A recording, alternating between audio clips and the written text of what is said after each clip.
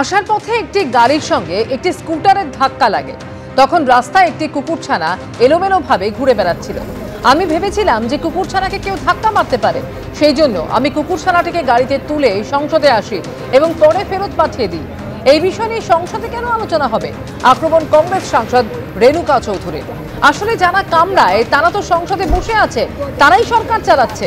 আমি একটি নির্বাক জন্তুকে সাহায্য করেছি, আর সেটাই বড় ইস্যু করে সংসদে আলোচনা হয়ে গেল। কেন্দ্রীয় সরকারের আর কোনো কাজ নেই? সংসদে যারা বসে থাকে তারা প্রতিদিন কামড়ায়, তাদের নিয়ে আমরা কোনো কথা বলি না। আক্রমণ কংগ্রেস সাংসদ রেণুকা চৌধুরী। সংসদের অসম্মান করছেন খোদ সাংসদ, শাস্তির দাবি জানিয়েছে বিজেপি। कहीं कानून बनी हुई है क्या? मैं रास्ते में आ रही थी, वहां एक स्कूटर वाला और कार वाले का टक्कर हुआ। उसके आगे ये छोटा पिल्ला निकल के सड़क पे घूम रही थी। मैंने सोचा ये किसी पहिए के नीचे आ जाएगी, सो मैं उठा के उसको गाड़ी में रखी और पार्लियामेंट आई और वापस भिजवा दी। गाड़ी भी गई, कुत्ता भी गई। तो किस बात की चर्चा चल रही है?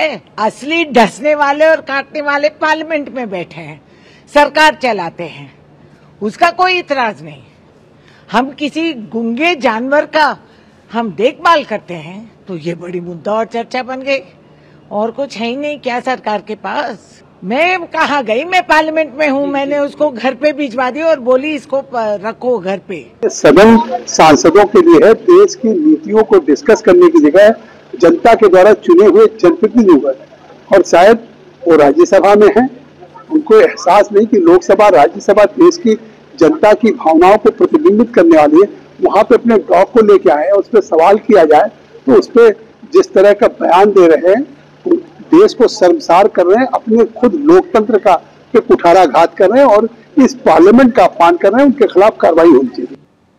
মতুয়া সমাজের মন পেতে মরিয়া সব রাজনৈতিক দলই। এরই মধ্যে তৃণমূল সাংসদ মমতা ঠাকুরের অনুগামী মতুয়াদের সঙ্গে এসআইআর মিছিলে পা মেলালেন অধীর চৌধুরী। জানিয়ে কটাক্ষ করতে ছাড়েননি শুভেন্দু অধিকারী। তিনি বলেন, ইন্ডি জোটের মিছিল না মতুয়া বাঁচানোর মিছিল মানুষ বুঝতে পারছে না। যদিও মমতা ঠাকুরের বক্তব্য এটা রাজনৈতিক মিছিল নয়, যে এসেছে তাঁর ব্যক্তিগত ব্যাপার। আমরা মমতা বালা ঠাকুরের সংগঠন। তাৎপর্যপূর্ণভাবে দেখা যাচ্ছে সেই মমতা ঠাকুরের অনুগামীদের মিছিলেই আজকে কংগ্রেস নেতা অধীর চৌধুরী হাঁটছেন। মতুয়া সমাজের জীবনে একটা ভয়ঙ্কর বিপদ নেমে আসছে এসআইআর এর কারণে, অথচ এই মতুয়া সমাজ তাদের ভোটে তৃণমূল জেতে, তাদের ভোটে বিজেপি জেতে। মতুয়া ভোট ব্যাংক নিয়ে তৃণমূল বিজেপির মধ্যে টানাটানি তুঙ্গে। নরেন্দ্র মোদী থেকে মমতা বন্দ্যোপাধ্যায় কেউই মতুয়া ভোট ব্যাংক হাতছাড়া করতে নারাজ।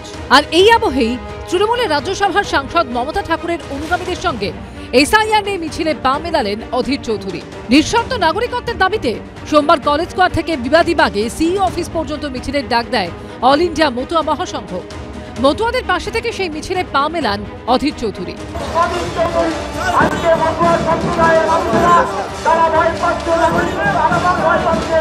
মতুয়াদের ভোট নিলেও এসআইআর এর সময় তাদের পাশে না থাকার অভিযোগ করে একসঙ্গে আক্রমণ করেন তৃণমূল বিজেপিকে।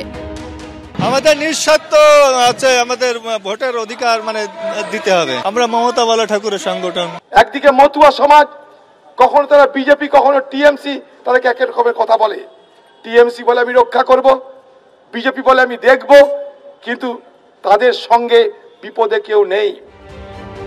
সম্প্রতি মতুয়াদের একটি প্রতিনিধি দলের সঙ্গে রাহুল গান্ধীর সাক্ষাৎকারের ব্যবস্থা করে দিয়েছিলেন অধীর চৌধুরী। এদিন তিনি মতুয়াদের সঙ্গে নিয়ে পৌঁছলেন রাজ্যের মুখ্য নির্বাচনী আধিকারিকের অফিসে। আমরা কেউকে ডাকিনি, এই ব্যাপারে কে থাকবে না থাকবে সেটা আমি জানিও না। আমি দিল্লিতে, এখানে কোনো রাজনীতি লোকরে নিয়ে আমরা হাঁটবো না। কে কিভাবে দাঁড়াবে না দাঁড়াবে তার পুরো ব্যক্তিগত তাদেরই। নরেন্দ্র মোদী যে আছেন বলে মমতার পুলিশ মতুয়াদেরকে অ্যারেস্ট করতে পারছে না। অধীর চৌধুরী তিনি এই রাজ্যের প্রতিষ্ঠিত নেতা, এতবারের সাংসদ। তিনি যেমন কেন্দ্রের বিরুদ্ধেও বলবেন, সাথে সাথে আশা করি রাজ্যের বিরুদ্ধেও বলবেন। এটা ইন্ডি জোটের মিছিল না মতুয়া বাঁচানোর মিছিল, এইটা আগে ক্ল্যারিফাই করলে তাহলে লোকের বুঝতে সুবিধা হবে। বাংলার ভোট মানচিত্রে মতুয়া সম্প্রদায় সবসময় একটা বড় ফ্যাক্টর, যাদের সিংহভাগই বাংলাদেশ থেকে আগত। তাদের ভোটের দিকে পাখির চোখ তৃণমূল বিজেপির। এসআইআর নিয়ে এই তুমুল হট্টগোলের পর মতুয়ারা কোন দিকে যাবে, এই নিয়ে যখন অঙ্ক কষছে তৃণমূল বিজেপি, তখনই তাদের দাবি দাওয়া নিয়ে তাদের সঙ্গে রাস্তায় নামলেন অধীর চৌধুরী। কিন্তু তার ফলে কি মতুয়ারা আদৌ কংগ্রেসমুখী হবে? কৃষ্ণেন্দু অধিকারী ও রুমা পালের রিপোর্ট, এবিপি আনন্দ। বাংলাদেশে তকমা দিয়ে 5 মাস আগে পুশব্যাক করেছিল দিল্লি পুলিশ। আইন আদালত পেরিয়ে দীর্ঘ সময় পর অবশেষে সোনালী বিবিদের জামিন দিল বাংলাদেশের আদালত। চাঁপাইনবাবগঞ্জ মুখ্য বিচার বিভাগীয় আদালতে জামিন পেলেন সোনালী বিবি সহ 6 জন। সকালে জামিন পাওয়ার পর সোমবার সন্ধ্যায় জেল মুক্তি হলো তাঁদের। আর এদিনই আবার সোনালী বিবিদেরকে দ্রুত দেশে ফিরিয়ে আনতে কেন্দ্রীয় সরকারকে নির্দেশ দিল সুপ্রিম কোর্ট। এখন প্রশ্ন হলো, শেষ অবধি সোনালীকে দেশে ফেরানো হবে কবে? বাংলাদেশি বলে দাগিয়ে দিয়ে ঠেলে পাঠিয়ে দেওয়া হয়েছিল কাঁটাতারের ওপারে। এরপর বাংলাদেশের জেলে পশ্চিমবঙ্গের মেয়েকে কার্যত পচতে হয়েছে মাসের পর মাস।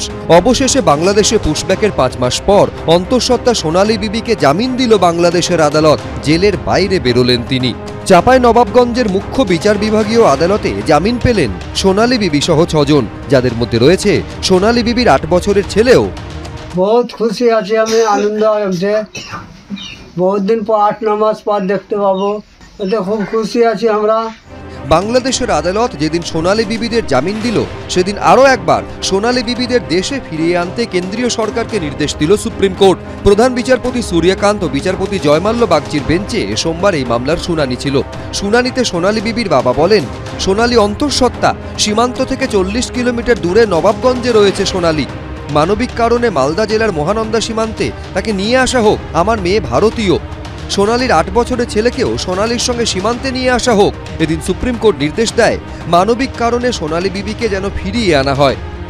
ডবল ইঞ্জিন সরকার, নরেন্দ্র মোদীর পোষা কিছু গুন্ডা, তারা হঠাৎ মিলে একটা ভারতীয়কে অন্য দেশে পাঠিয়ে দিল। এত বড় অপমান ভারতীয়দের। নরেন্দ্র মোদীর 56 ইঞ্চি ছাতি, আর ভারতীয় তাদের পাঠিয়ে দিচ্ছে। ক্যালকাটা হাইকোর্ট আগেই বলেছে এই নিয়ে অত্যন্ত অন্যায় কাজ হয়েছে এবং যারা এই কাজে দোষী তাদের শাস্তি হওয়া প্রয়োজন। সে তো হাইকোর্ট যে নির্দেশ দিয়েছে তা অবশ্যই কেন্দ্রীয় সরকার বিবেচনা করবে, পালন করার চেষ্টা করবে, এতে কোনো সন্দেহ নেই। স্বামী ও 8 বছরের ছেলেকে নিয়ে দিল্লির রোহিণীর 26 নম্বর সেক্টরে থাকতেন সোনালী বিবি। অভিযোগ, 17 জুন তাদের গ্রেফতার করে দিল্লি পুলিশ। এরপর 26 তারিখ অন্তঃসত্ত্বা সোনালী বিবি সহ 3 জনকে বাংলাদেশে পুশব্যাক করা হয়। একইভাবে বীরভূমেরই মুরারইয়ের বাসিন্দা সুইটি বিবি ও তার 2 নাবালক ছেলেকেও গ্রেফতার করে বাংলাদেশে পাঠিয়ে দেয় দিল্লি পুলিশ।